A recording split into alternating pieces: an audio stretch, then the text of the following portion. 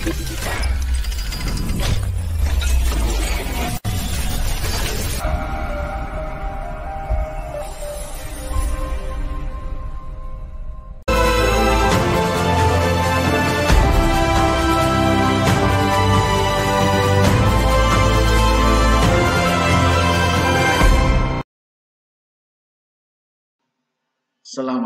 warahmatullahi wabarakatuh. Bagaimana rekan-rekan kabarnya? Masih sehat semua?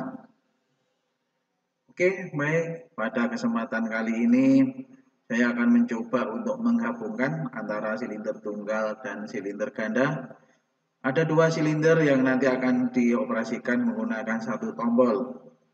Bagaimana prosesnya? Kita belajar bersama-sama. Oke, gerakan yang kita gunakan nanti, arah gerakan kita adalah A plus, B plus, A min, B min. Ya. Kita cari kompresor dulu, misalnya kita cari di sini, kemudian kita pasang dulu air service unitnya, kita pasang di sini dulu, kemudian kita nyari silinder tunggal, kemudian kita cari silinder double actingnya, kita silinder gandanya, kita pasang di sini dulu. Dari kedua silinder ini kita cari identitas sensor, kita pasang sensornya dulu. Kita klik dua kali, kita cari identitas sensor ada 1 S1, posisi minimum untuk silinder tunggal adalah kosong nilainya, minimumnya. Kemudian 1 S2 kita buat 50. Karena maksimalnya gerakannya adalah 50, kita kita pasang sensornya di ujung dari silinder, karena untuk manual ini adalah kita menggunakan sensor yang aktifnya bersentuhan secara langsung. Kemudian silinder ganda kita sama menjadi 2. Kenapa kok 2? 2 di sini adalah menandakan silinder kedua. S adalah sensor yang aktifnya bersentuhan langsung. Kemudian 1 di sini adalah posisi sensor di minimum. Kemudian ada 2 S2, maksimalnya 100 ya. Kenapa 100? Gerakan silinder ini maksimalnya adalah 100 mm. Oke, kita pasang posisinya di ujung silinder ganda. Silinder tunggal, silinder ganda sudah dilengkapi dengan yang namanya sensor. Kedua silinder ini untuk mengatur gerakan perlu yang namanya valve. Ya. Kita cari silinder tunggalnya,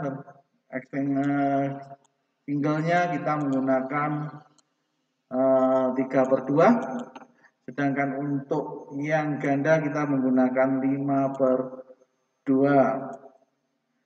Kita sambungkan seperti biasanya, agak kita pisah dulu jaraknya. Oke.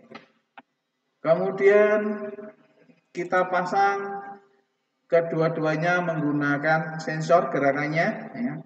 Kita pasang manual operate-nya dulu di semua sisi dari valve, kemudian kita pasang identitasnya untuk pemasangan selang, kita pasang semua seperti ini.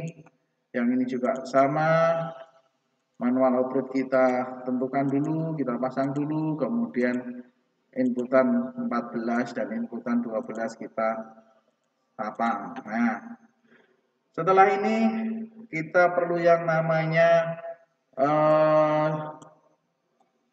sensor ya. Sensornya ini kita perlu yang namanya valve yang sebagai pengganti dari sensor ya. Kita pasang di sini. Oke. Kita pasang di posisi ini. Sensornya nanti kembalinya menggunakan spring, kemudian depannya menggunakan roll ya. Roll seperti ini. Jadi nanti kalau kita bentuk gambar desainnya adalah seperti ini, sensornya seperti ini untuk sensor bendanya. Oke, kita pasang, sudah terpasang seperti ini. Agar lebih cepat ya, lebih cepat kita mengopi. Ada berapa sensor yang dipakai? Ada 3, berarti kita mengopi 3 kali. Ada 3 kali sensor yang kita pasang di sini. Kemudian ada satu lagi yang dipakai sebagai push button. Ini harus kita rubah dulu.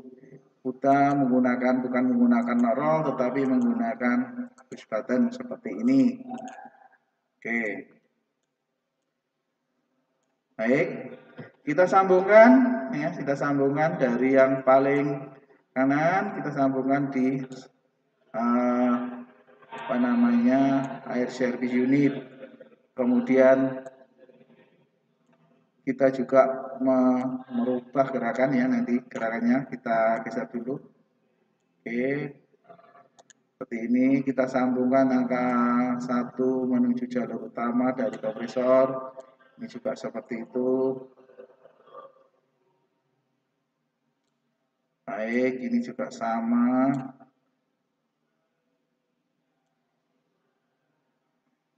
Oke, kita tinggal valve-nya 5/2 kita sambung. Oke, baik.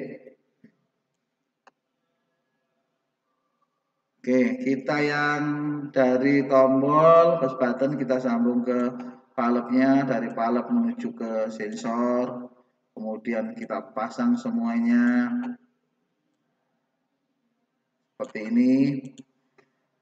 Arah gerakan kita kalau tombol saya tekan itu A menjadi maju atau A plus. Kita coba dulu A. Kita tekan. Tombol kita tekan. Silinder A bergerak maju. Sensor yang aktif, sensor apa? Posisi aktif sensor saat ini adalah 1S1 dan 2S1. Kalau tombol saya tekan, sensor yang aktif terakhir adalah 1S2. Baik, 1S2.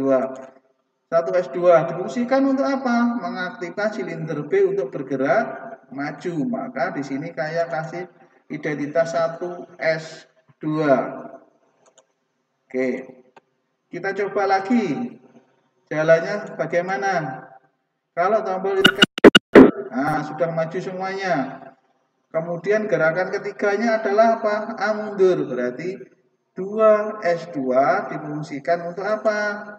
2S2 difungsikan untuk menggerakkan silinder A bergerak ke posisi minimum lagi. Setelah bergerak minimum, maka 1S1 difungsikan untuk apa? Menggerakkan silinder 2 untuk kembali pada posisi semula. Baik, kita coba gerakannya bagaimana. Kita tekan push buttonnya. Oke, bergerak sesuai dengan keinginan. Oke, agar tidak terjadi penumpukan, kita geser dulu biar lebih jelas. Oke, silinder juga kita perbaiki dulu selangnya, jangan sampai seperti ini, sampai bengkok-bengkok, karena nanti akan mempengaruhi aliran udaranya. Baik, demikian yang bisa saya sampaikan. Kurang lebihnya mohon maaf. Mari kita belajar lagi untuk lebih terampil. Akhir kalam, assalamualaikum warahmatullahi wabarakatuh.